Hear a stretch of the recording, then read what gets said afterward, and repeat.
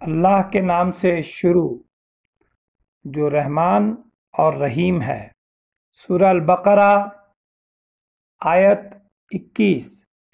عبادت پیدائش۔ اے لوگو، اپنے اس رب کی عبادت کرو جس نے تمہیں اور تم سے پہلے کے لوگوں کو پیدا کیا، یہی تمہارا بچاؤ ہے۔ سورہ البقرہ آیت 22۔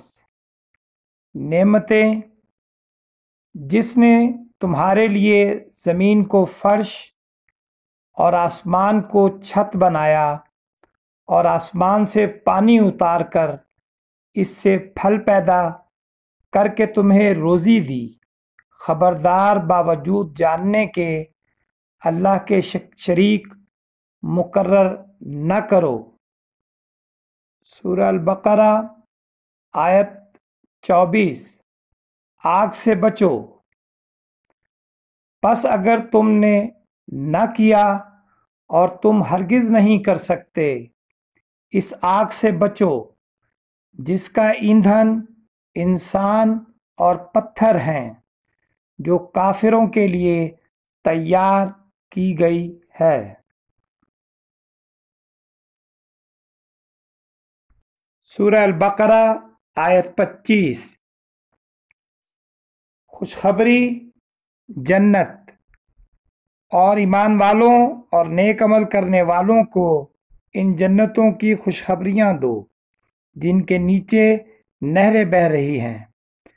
جب کبھی وہ پھلوں کا رزق دیے جائیں گے اور ہم شکل لائے جائیں گے تو کہیں گے یہ وہی ہے جو ہم اس سے پہلے دیے گئے تھے۔ اور ان کے لیے بیویاں ہیں صاف ستھری، اور وہ ان جنتوں میں ہمیشہ رہیں گے۔ سورہ البقرہ آیت 27۔ عہد، توڑ جوڑ، فساد۔ جو لوگ اللہ تعالیٰ کے مضبوط عہد کو توڑ دیتے ہیں اور اللہ تعالیٰ نے جن چیزوں کے جوڑنے کا حکم دیا ہے انہیں کاٹتے اور زمین میں فساد پھیلاتے ہیں، یہی لوگ نقصان اٹھانے والے ہیں۔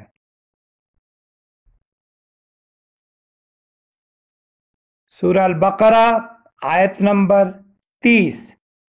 خلیفہ، جاننے کا علم۔ اور جب تیرے رب نے فرشتوں سے کہا کہ میں زمین میں خلیفہ بنانے والا ہوں تو انہوں نے کہا، ایسے شخص کو کیوں پیدا کرتا ہے جو زمین میں فساد کرے اور خون بہائے؟ اور ہم تیری تسبیح، حمد اور پاکیزگی بیان کرنے والے ہیں۔ اللہ تعالیٰ نے فرمایا، جو میں جانتا ہوں تم نہیں جانتے۔ سورہ البقرہ آیت نمبر 31۔ آدم علیہ السلام، فرشتے، نام۔ اور اللہ تعالیٰ نے آدم علیہ السلام کو تمام نام سکھا کر ان چیزوں کو فرشتوں کے سامنے پیش کیا اور فرمایا، اگر تم سچے ہو تو ان چیزوں کے نام بتاؤ۔ سورہ البقرہ آیت نمبر 33۔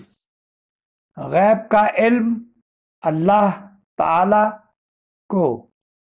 اللہ تعالیٰ نے حضرت آدم علیہ السلام سے فرمایا، تم ان کے نام بتا دو۔ جب انہوں نے بتا دیے تو فرمایا کہ کیا میں نے تمہیں نہ کہا تھا کہ زمینوں اور آسمانوں کا غیب میں ہی جانتا ہوں، اور میرے علم میں ہے جو تم ظاہر کر رہے ہو اور جو تم چھپاتے ہو۔ سورہ البقرہ آیت نمبر 34۔ سجدہ، انکار، تکبر، کافر۔